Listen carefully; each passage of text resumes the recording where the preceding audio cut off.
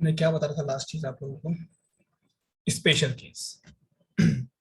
1 minute wait कर लेते हैं, 2 लोग और आ जाए तो अपन फिर आगे बढ़ते हैं। आप में से डिस्ट्रिक्ट कोर्ट कौन कौन गया है? कोई गया है आप में से डिस्ट्रिक्ट कोर्ट, सेशन कोर्ट देखिए?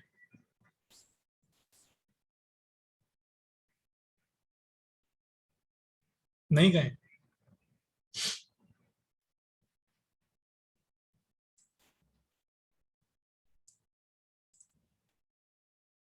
चलिए शुरू करते हैं।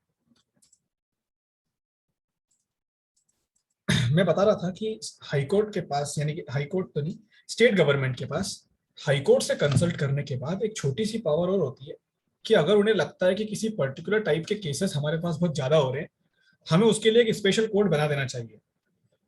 तो वो एक स्पेशल कोड भी बना सकते हैं उस पर्टिकुलर स्पेशल केस के लिए। जैसे हमारे इधर एमपी में नेगोशिएबल इंस्ट्रूमेंट एक्ट के जो मैटर होते हैं, जिसको हम चेक बाउंस बोलते हैं, उसमें आप देखेंगे सेक्शन 138, इसके केस हमारे यहाँ बहुत ज्यादा लग रहे थे। मतलब चेक बाउंस के मैटर यहाँ पे बहुत ज्यादा लगते हैं।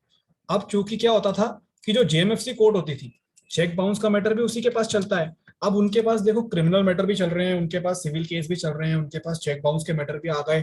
तो इतने सारे मैटर जब एक कोर्ट में आ गए तो स्टेट गवर्नमेंट ने डिसाइड किया कि यार चेक बाउंस के मैटर बहुत ज्यादा चल रहे हैं, तो अपन इस पर्टिकुलर केस के लिए अलग से एक स्पेशल कोर्ट बना देते हैं जो सिर्फ चेक बाउंस के मैटर को ही सुनेगी, ताकि जो दूसरे मजिस्ट्रेट है जो क्रिमिनल केस चला रहे हैं उनका भी बर्डन कम हो जाए, और जो जेएमएफसी सिर्फ स्पेशल चेक बाउंस के लिए बने हैं वो चेक बाउंस वाले केस को अच्छे से चला पाएंगे, है ना। तो वो चीज उसमें हुई।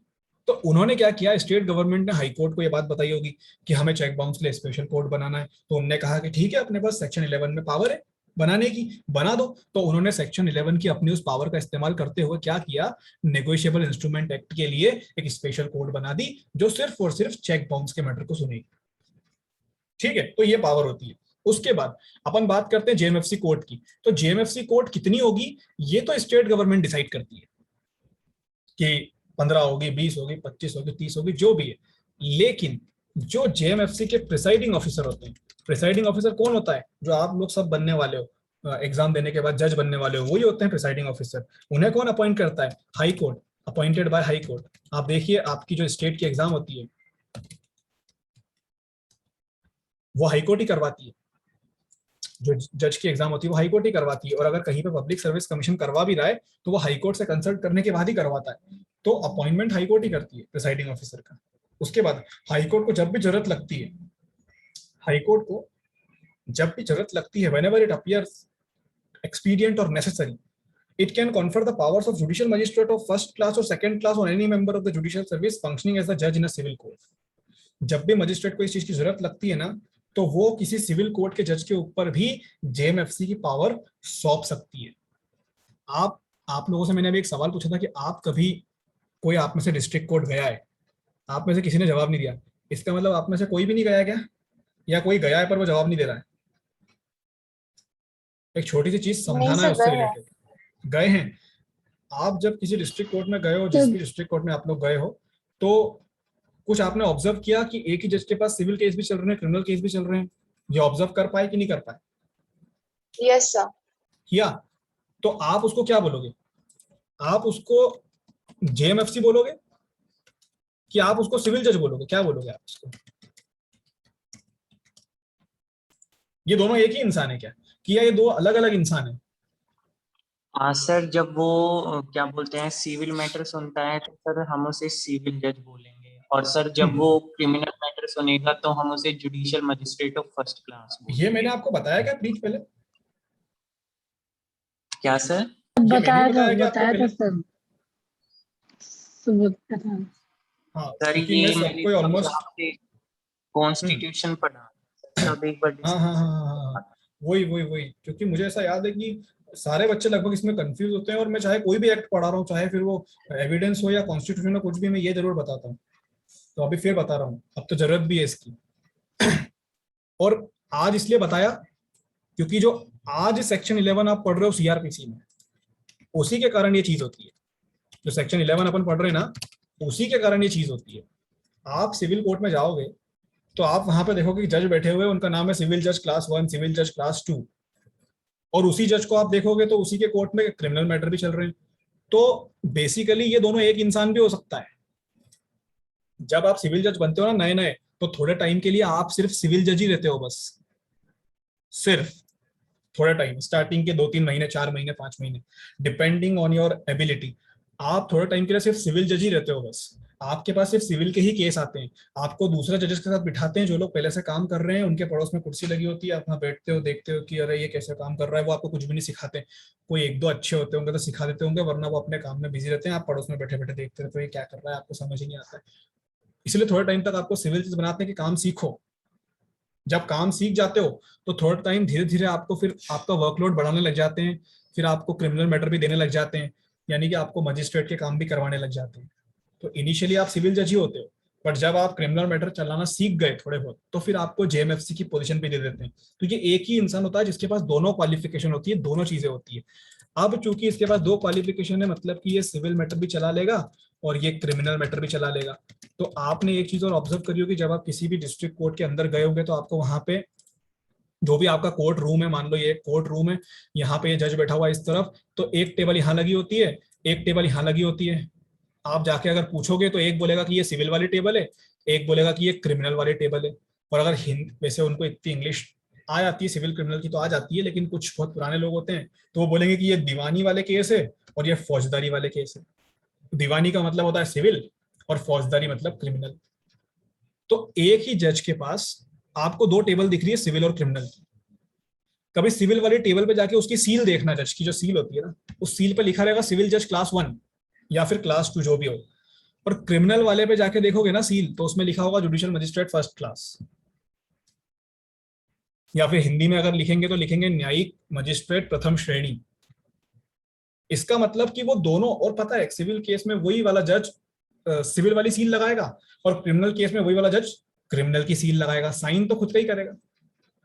इसका मतलब कि वो एक ही जज है जिसके पास जेएमएफसी का भी है और सिविल जज का भी है। मतलब जब सिविल केस देखेगा तो सिविल जज, क्रिमिनल केस देखेगा तो जेएमएफसी। और ये एक ही इंसान को ये दो दो क्वालिफिकेशन किसने दी? ये सेक्शन 11 ने दी, सेक्शन 11 ऑफ सीआरपीसी ने दी, और दी किसने? हाई कोर्ट ने दी। आप पढ़ लो, उसमें लिखा है कि high court whenever it appear expedient or necessary confer the power of judicial magistrate of first class on any member of judicial service functioning as a judge in the civil court। दे दी, ठीक है, ये याद रखिएगा। अब ये special magistrate भी हो गए, जुडिशियल मजिस्ट्रेट फर्स्ट क्लास भी हो गए। फिर आता है सेक्शन 12। इसमें आप देखेंगे एक नया मजिस्ट्रेट आपको दिख रहा है जिसका नाम है चीफ जुडिशियल मजिस्ट्रेट, जिसको हम सीजेएम बोलते हैं, और एडिशनल सीजेएम जिसको हम एसीजेएम बोलते हैं। अब इनका जो प्रोविजन है वो सेक्शन 12 में दिया है। हर डिस्ट्रिक्ट में, जैसे कि ये एक डिस्ट्रिक्ट है, एक डिस्ट्रिक्ट के अंदर कितने जेएमएफसी हो सकते हैं? कोई मुझे बताएगा? सर वो state government in consultation with high court determine करेगी। वो स्टेट गवर्नमेंट करेगी, वो कितने भी हो सकते हैं, मतलब ऐसा कोई फिक्स्ड नंबर नहीं है, ठीक है। तो मान लो कि मैंने एक डिस्ट्रिक्ट बनाई है, उसमें मैंने देखो ये 5 जेएमएफसी बना दिए, ए बी सी डी, ये 5 ना जेएमएफसी है, A B C D E. अब क्या हुआ कि इन सबको सुपरवाइज करने का काम किसका है? हाईकोर्ट का नहीं है। हाँ, हाईकोर्ट पे सर्कल बनाना, उसका मतलब ये नहीं कि हाईकोर्ट पे इन सबको सुपरवाइज करेगी सेशन कोर्ट, है ना, क्योंकि सेशन कोर्ट के नीचे होती है डिस्ट्रिक्ट कोर्ट, तो सेशन कोर्ट करेगी और सेशन कोर्ट के ऊपर हाई कोर्ट। लेकिन अपॉइंटमेंट का प्रोविजन जो है वो सिर्फ हाई कोर्ट के पास है। तो हाई कोर्ट क्या करेगी? हाई कोर्ट बोलेगी कि कब तक इन सारे जेएमएफसी को सेशन कोर्ट ही कंट्रोल करती रहेगी, कब तक करेगी ऐसा? इनमें से ही किसी एक मजिस्ट्रेट को उठा के थोड़ा सा सुपरवाइजर बना दो ना, जो अपने बाकी के मजिस्ट्रेट को कंट्रोल कर ले। तो हाईकोर्ट ने क्या करा, किसी एक पर्टिकुलर मजिस्ट्रेट को उठा लिया। जैसे सपोज करो इसने सी नाम के मजिस्ट्रेट को उठा लिया, ये भी जेएमएफसी ही है, ये पांचों के पांचों जुडिशियल मजिस्ट्रेट फर्स्ट क्लास है। लेकिन हाईकोर्ट को जो सी वाला मजिस्ट्रेट है ना, वो हाईकोर्ट ने उठाया और उसको क्या बना दिया? सीजेएम बना दिया। बोले कि तुम चीफ जुडिशियल मजिस्ट्रेट हो आज से। मतलब है वो भी जुडिशियल मजिस्ट्रेट फर्स्ट क्लास, लेकिन उसको chief judicial magistrate first class बना दिया, यानी कि सबसे important judicial magistrate first class. तो एक को तो सीजेएम बना दिया और इसी हाई कोर्ट ने एक और को उठा लिया, बी नाम के किसी इंसान को उठा लिया और बोले कि तुम हो आज से एसीजेएम, मतलब कि तुम एडिशनल चीफ जुडिशियल मजिस्ट्रेट हो। तो किसी भी एक जुडिशियल मजिस्ट्रेट को सीजेएम बना देते हैं और किसी भी एक जुडिशियल मजिस्ट्रेट को एडिशनल चीफ जुडिशियल मजिस्ट्रेट बना देते हैं। ठीक है, और ऐसा क्यों करते हैं? ऐसा इसलिए करते हैं ताकि ये जो चीफ जुडिशियल मजिस्ट्रेट है ये अपने सारे जुडिशियल मजिस्ट्रेट फर्स्ट क्लास को सुपरवाइज कर सके, उनको काम बांट सके, उनको अच्छे से काम करवा सके। और ये जो एडिशनल चीफ जुडिशियल मजिस्ट्रेट है इसको क्यों बनाते हैं? इसको सिर्फ इसलिए बनाते हैं कि जिस दिन चीफ जुडिशियल मजिस्ट्रेट अपना काम खुद नहीं कर सकता, छुट्टी पे है, उस दिन तुम चीफ जुडिशियल मजिस्ट्रेट के फंक्शन करने लग जाना। मतलब कि एसीजेएम का काम तब होता है जब सीजेएम से काम नहीं होता है, या सीजेएम का वर्कलोड बहुत बढ़ जाता है तो एसीजेएम के पास मैटर भेज देते हैं। राइट, ये हो गया चीफ जुडिशियल मजिस्ट्रेट और एडिशनल चीफ जुडिशियल मजिस्ट्रेट। अब कोई आपसे पूछे कि भैया चीफ जुडिशियल मजिस्ट्रेट बनने की क्वालिफिकेशन क्या होती है, तो आप बोलोगे कि सर नथिंग स्पेशल, वो भी तो एक जुडिशियल मजिस्ट्रेट फर्स्ट क्लास ही होता है। पर ये होता है कि आप प्रमोशन के बाद बनते हो, थोड़े दिन तक आपको, बहुत दिनों तक मतलब कि जुडिशियल मजिस्ट्रेट फर्स्ट क्लास बन के काम करना पड़ता है। मान के चलिए 5-5, 6-6 साल काम करना पड़ता है जेएमएफसी बन के, तब जाके कहीं आप पहले एसीजेएम बनते हो, फिर एसीजेएम बनने के बाद आप सीजेएम बनते हो। ठीक है, चलिए अब सेक्शन 13 स्पेशल जुडिशियल मजिस्ट्रेट। अब ये फिर से देखो स्पेशल जुडिशियल मजिस्ट्रेट की बात आ गई। फिर से जब स्पेशल जुडिशियल मजिस्ट्रेट की बात आ गई तो आप समझ जाओ कि हाई कोर्ट करेगी ये अपॉइंटमेंट। जो स्पेशल जुडिशियल मजिस्ट्रेट होता है उसका अपॉइंटमेंट हाई कोर्ट करेगी। और हाई कोर्ट क्यों करेगी? ऑन रिक्वेस्ट ऑफ सेंट्रल और स्टेट गवर्नमेंट। मतलब कि ये जो सेक्शन 13 की पावर है ना, ये सिर्फ और सिर्फ हाई कोर्ट तब इस्तेमाल करेगी जब या तो सेंट्रल गवर्नमेंट ने उससे रिक्वेस्ट किया हो या फिर स्टेट गवर्नमेंट ने उससे रिक्वेस्ट किया हो। सेंट्रल गवर्नमेंट ने हाई कोर्ट को रिक्वेस्ट करके बोला है कि यार ये पर्टिकुलर केस थोड़े ज्यादा बढ़ रहे हैं आपकी स्टेट में, तो आप इसके लिए एक स्पेशल जुडिशियल मजिस्ट्रेट को बिठा दो ताकि वो इस केस को देख पाए। सेंट्रल गवर्नमेंट ने ये रिक्वेस्ट हाई कोर्ट से करी, तो हाई कोर्ट को अब क्या करना पड़ेगा? हाई कोर्ट किसी भी एक मजिस्ट्रेट को उठा के स्पेशल जुडिशियल मजिस्ट्रेट घोषित कर देगी, यानी किसी एक जेएमएफसी को उठा के स्पेशल जुडिशियल मजिस्ट्रेट डिक्लेयर कर देगी। और वो स्पेशल मजिस्ट्रेट फिर क्या करेगा? वो सिर्फ उसी पर्टिकुलर स्पेशल केस को देखेगा जो उसको देखने के लिए दिए गए। ठीक, ये चीज हो गई।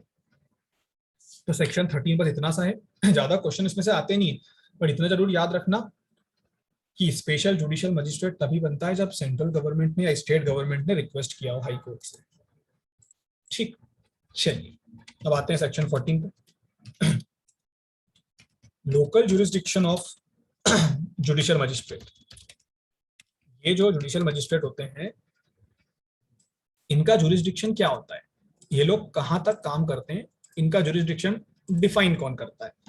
तो देखो, subject to the control of high court, यानी कि हाई कोर्ट के कंट्रोल में रहते हुए द चीफ जुडिशियल मजिस्ट्रेट यानी कि CJM from time to time define the local limits of the area within which the magistrate appointed under section 11 or under section 13 may exercise all or any of the powers which they may respectively be invested under this code.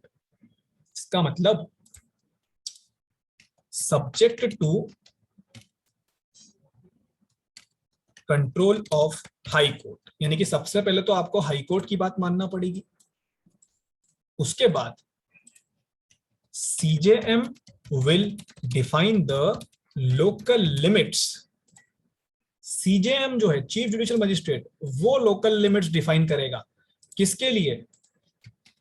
For magistrates appointed under section 11 and 13। Under section 11 जो magistrate appointed हुए, आप देखिए section 11 में कौन सा magistrate appoint हुआ है? Judicial magistrate first class और सेकंड क्लास। सेक्शन 13 में कौन सा मजिस्ट्रेट अपॉइंट हुआ है? Special judicial magistrate. तो इन दोनों को यानी कि सेक्शन 11 वाले मजिस्ट्रेट को और सेक्शन 13 वाले मजिस्ट्रेट को कितने एरिया में अपनी पावर इस्तेमाल करना है, ये कौन बताएगा? ये उनको उनका सीजेएम बताएगा।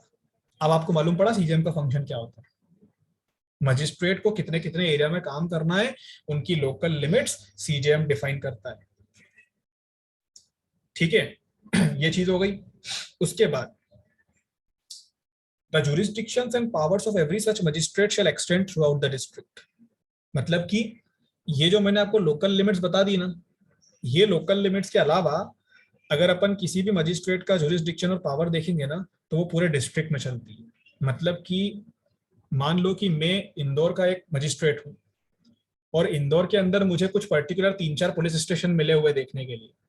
ये जो सीजेएम होता है ना, ये डिफाइन करता है। आप डिस्ट्रिक्ट कोर्ट में जाकर कभी उनका चार्ट देखना, आपको चार्ट में पता पड़ेगा कि कौन कौन से मजिस्ट्रेट के पास कौन कौन से थाने के केस चल रहे हैं। तो मान लो कि मेरे पास 2 थानों के केस चल रहे हैं, तो इसका मतलब ये नहीं कि मैं सिर्फ उन्हीं 2 थानों वाले एरिया पे अपना पावर एक्सरसाइज कर सकूं। केस में सिर्फ उन 2 थाने के सुन सकता हूं, लेकिन अपनी पावर में पूरे डिस्ट्रिक्ट में इस्तेमाल कर सकता हूं। मेरे एरिया के मुजरिम को अरेस्ट करने के लिए मैं पूरे डिस्ट्रिक्ट में वारंट इशू कर सकता हूं, ये याद रखिएगा। ठीक है, तो ये लोकल जुरिस्डिक्शन की बात हो गई। अब आपको यहाँ पे याद रखने की चीज क्या, याद रखने की चीज ये कि किसी भी जुडिशियल मजिस्ट्रेट का जो लोकल लिमिट्स होता है, जहां उसको काम करना है, जहां के केसेस उसको देखना है, वो कौन डिसाइड करता है? वो चीफ जुडिशियल मजिस्ट्रेट डिसाइड करता है। बस ये काम की चीज है अभी आपके लिए। ठीक है, इसके अलावा और कुछ काम की चीज आपकी सेक्शन 14 में है। उसके बाद आप आइए सेक्शन 15 पे।